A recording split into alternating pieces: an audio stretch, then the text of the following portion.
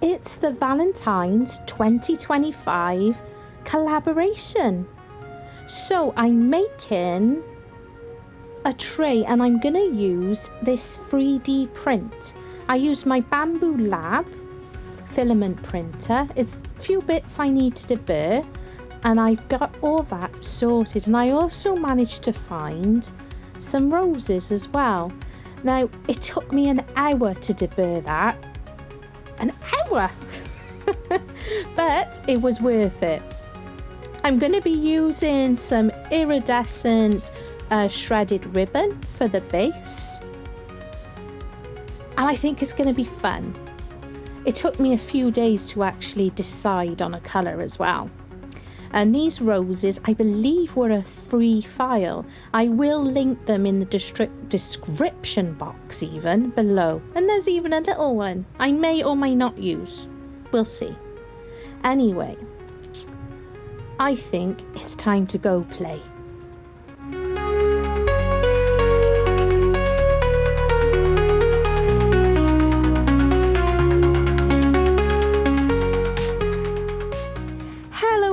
And welcome to NerdGoblinart. I'm Lula.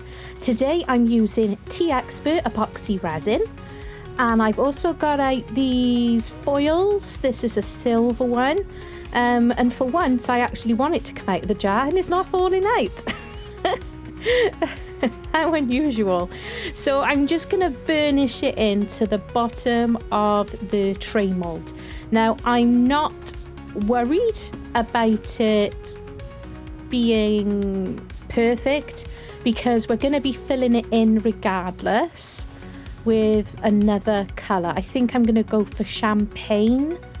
I think that's where I decide on. It was going to be like a purple colour, and then I changed my mind. Now this foil is, I don't think its purpose is for this type of thing, but I make it work for me. And I've taken off my gloves because this stuff just sticks to everything. So it was easier just to take my gloves off while I was just doing this part, and I can pop them back on before I start using the resin.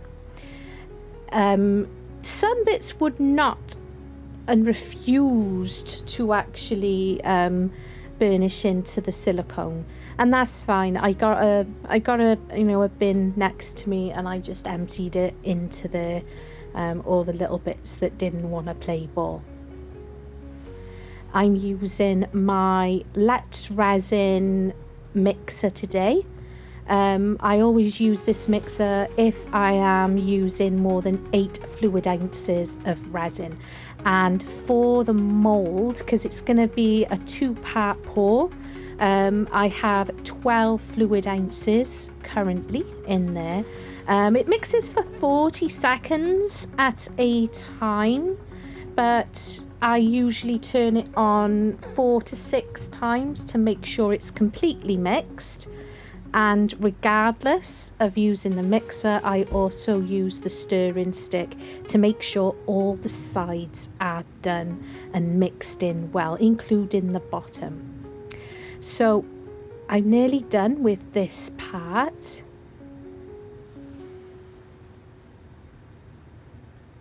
And it's going okay.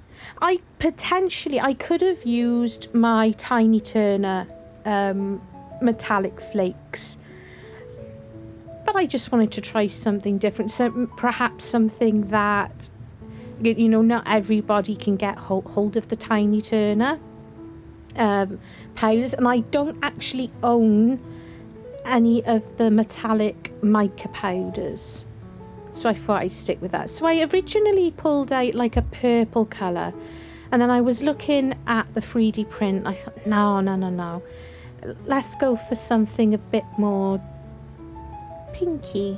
So I opted for Champagne Chameleon powder by Let's Resin. I was about to take the lid off. I realised I didn't want 12 fluid ounces of resin just sitting there while I was dusting this mica powder in, because we don't want a flash cure. So I just taking the lid off so I can split the resin up. You don't want resin sitting, a large amount of resin, especially if it isn't deep pour, just sitting there, because it's going to be getting warmer and you can't, you know, you could cause a flash cure. So be mindful of stuff like that and make sure that you split up your resin if you've got a larger amount going at once. So this is the Valentine's collaboration 2025 with Crafty YouTubers United, headed by Tracy from Mini Scenes GB. There'll be a list, there'll be a collaboration list in my description box down below. So please do check everybody's videos out. You've probably watched loads today if you're watching mine, because mine is in the evening time in the UK. So hopefully you'll have seen quite a few, and there's going to be plenty of people joining in for the fun. Helps everybody out, gets us all being seen, and you know, it's lots of inspiration as well. We get to see loads of bits and pieces.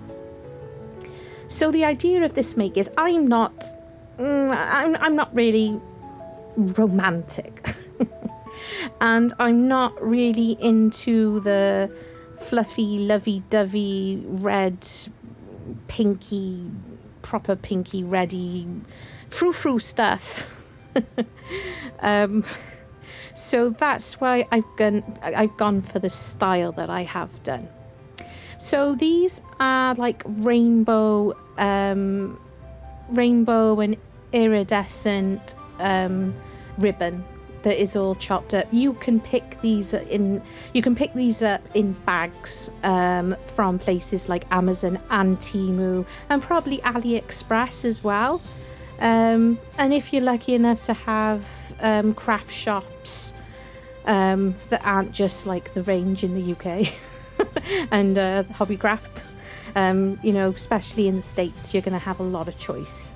Not as much choice here in the UK, but Amazon or Temu if you are after this sort of stuff.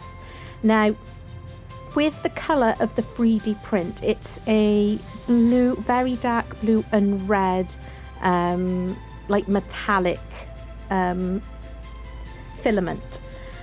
So I was trying to think of a good contrasting colour that'll help show them off, you know, and it's really, you're looking at whites, pinks, yellows, creams, all those sort of things, you know, if you're looking at that from that point of view. And I couldn't make up my mind, so I thought I'd go for the, you know, the pinky kind of colour in that mica powder on the bottom. And no, you're not going to be able to really see it, but you can see it from the back. And I like some of the back of these projects, like trays and such, I like them to have a point of interest on the back as well. It's just me, that's just what I go for, and it's what I prefer. So I'm making sure that I'm getting the resin all the way around and it isn't full. We need space for the next part with the 3D prints and the second pour of resin. And the second pour of resin is going to be clear with a little bit of glitter.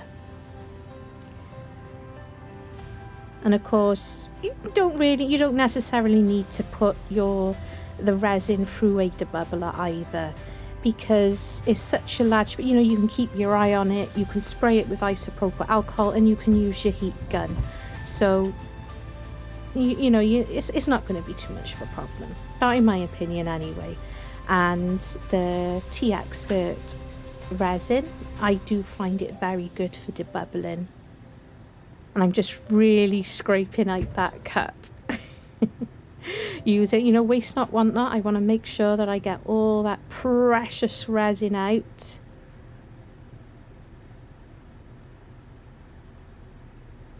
There we go. And I'm just paying attention. It's worth noting that when you do get this type of torn ribbon, there is going to likely be the odd one or two darker shades that perhaps you don't want. So just be mindful of that.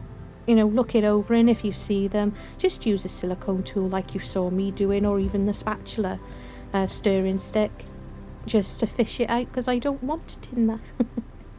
And of course, just using my silicone tool to go all the way around the edging, just to encourage any bubbles, because that's where they're going to want to hide, just around the edging.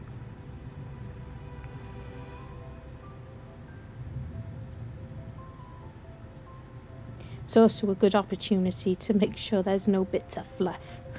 It just appears from nowhere. So this will be having a tent cover over it, not only for it to protect it from getting dusty bits over it, but it is going on the heat mat. There's a heat mat under here, and for protection from anything dropping for it, you know, yeah, whatever.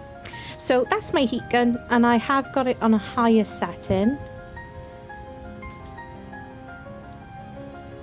I don't often, but because it's a big open mould, it's not like it's going down into one of the smaller moulds like I usually do. Just making sure it has good going over. I do see a few bubbles. The micro, they're coming up basically on their own, but there's, when you see me concentrating on a certain spot, that's where you can see a proper bubble. And of course you can bring those up to the surface as well with your silicone tool. So this needs to cure. Now, my plan was to sit these pieces in when the resin was slightly tacky, because these things, they're so light, they're gonna float, you know, and I haven't got the time to be sitting around and babysitting it. So I missed my window of opportunity. I thought that I had the time, but apparently I missed it. I was actually quite surprised with how quickly it did cure. I didn't even have time to turn the heat mat on. So I've got my JDiction UV resin, and what I'm going to do, and I'll hope that it works. Sometimes it does, sometimes it doesn't, because obviously it is UV resin, but when you put epoxy resin in there, and you know, as it heats up, sometimes the UV resin can come away. So I'm going to anchor it down in a number of places, as I'm doing here, with the UV resin, in hopes that we're able to stop these 3D prints from floating. So I'm going to play you some music whilst I do this part. In a room of shadows tossed, love blooms under colors lost, rainbow goth hearts beat and sink, ink and lace and midnight link. Puddles form from tears we're crying, in the dark we're both defying. Broken statues come alive, through black and white our hearts strive. Underground neon lights explode, in your arms where secrets show. Velvet chains and satin bows, our love in monochrome glow.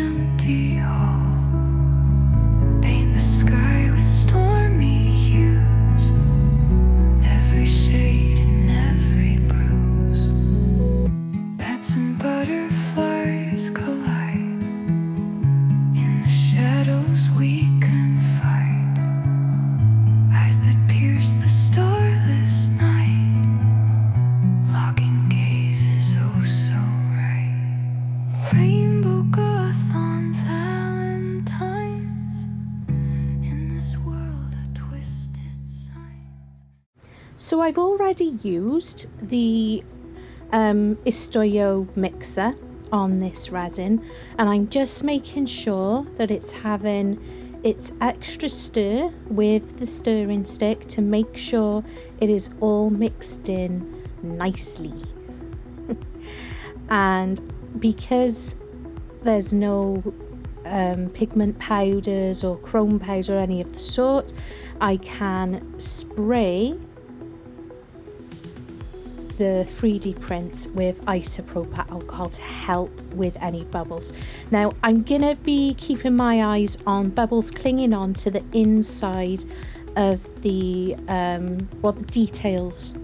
So it's just gonna be a few moments, and you know, for you guys, but I will, and I did babysit this make for a good 45 minutes or so before I covered it with the tent. And I've also put in some non-sink glitter, number 10 I believe, from Intoresin. I kind of wish that I put in a bit more of the glitter as well. I did refrain myself a little, so you don't see it as much, but it's okay. It's just kind of wish I put in a little bit more. Now I kept my heat gun on the lower setting because the heat gun can warp and lift up these 3D prints. I do have heat resistant filament, but not in this color range. So I did actually use the heat gun to make some parts of the print a little bit flatter, because some of it where it had come up from the printer were a bit sticky outy, and they would have been sticking out through the resin regardless of, you know, because of the height of the mold. So if you do have a 3D printer and you happen, you know, you do fancy doing or making something like this, just be wary of that. And you can use a heat gun to your advantage, but you've got to be careful because it can discolor it and it can also ruin it. And you know, it's this particular print I think took around an hour and a half, the big heart one. Actually, I believe, no, that was the roses. They took an hour and a half. It was about 3 hours, I think, for the skulls in the heart. So it was quite hard. I always find it hard to eyeball these kind of molds and make sure I have the right amount of resin in, because obviously I don't want it to come over too much. Trying to keep my eye on any bubbles that may be hanging around and clinging on to the details of the prints. And of course sometimes you just get bubbles just hanging around in the negative spaces as well. So yeah, and I've decided on this occasion as well that I'm going to sit the handles for the tray directly into the resin. I've not had the best of luck attempting trays in the past, especially with trying to get fittings through. They're often not sent with, I don't think, when I've ordered these from Temu, they've not come with adequately sized screws, and then it's quite difficult to even find the ones to fit anyway. So putting it directly into the resin on this occasion, it's not going to be going anywhere with that epoxy resin. It'll be nice and solid. And you can see there that I'm just fishing out any bubbles. Some of them I'm just fishing out and they're coming to the surface and they're just popping, which is great. So there we go. That needs to cure. So it's cured and I've turned it upside down. So because, you know, it's not a massive reveal, is it? So I thought I'll unmold it so we can see the pretty bottom. I'm really pleased with that, actually. Isn't that lovely? Ooh, we'll have to revisit that. So there it is, all cured. And looking very, very nice. There's maybe 1 or 2 bubbles, but you can't see them, and so I'm not going to point them out to you. So there. I've said it before, and I'll say it again. I'm not really that bothered by bubbles unless it really does interfere with the make. It's fine. It's just what it is, and I'm good. And I think that is so pretty. I'm so pleased that I chose the colours that I did. And with the extra, I made a little vase. Isn't that lovely? So nice. I don't know why I keep smoothing it, by the way. So I just added a little bit of like purple ink and the same iridescent ribbon. I can't say iridescent ribbon, shredded ribbon. Just because I thought that'd go. There's a tiny little bit of trimming here and there, but I will leave that until this is completely cured. I'd rather not potentially ruin anything. But I am going to show you that I'm going to use my chrome marker, and I'm going for silver because I have the silver handles. And I'm just showing I do a better job of it once it's all cured up. And if you make any mistakes, you can spray some isopropyl alcohol like I've just done on my silicone mat and use a micro brush just to wipe it away. But you know, using the corner of your markers, and it just gives it a lovely finish. I haven't decided yet whether I'm going to colour the full sides, because I kind of like, you'll see it in the glamour shots anyway, I kind of like that you can see the bits of ribbons and stuff floating away there within the resin itself. So I might just leave it at this top covering with the chrome marker. And it was quite easy just to snip away. I don't show you doing that on camera.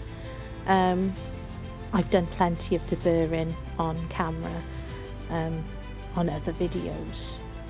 I didn't want to make this video longer than it needed to be either, because there's plenty of other collaboration videos for you to watch, and I don't want to be hogging on any time. But it's that simple, just using the edge of the marker to go around with a steady hand. As steady as you can be anyway. And see, even with my steady hand, I'm still getting bits. And it's that easy. It does take longer for these markers to dry, so just be wary of that. I keep rubbing it. I don't know why. I think I do stuff like that when I'm quite proud. So isn't that lovely? Valentine's Day, perfect for serving your beloved a breakfast. So thank you for subscribing. I hope you enjoyed. Love you and stay weird. NerdGoblinart draws a magic world with foxes that prance and badgers that dance. A whirlwind of dreams with a single glance. Gerald the alligator grins so wide. In enchanted waters he loves to hide. Dragons breathe wonder with flames so bright. Each creature born from a magic night. NerdGoblin paints life in every brush.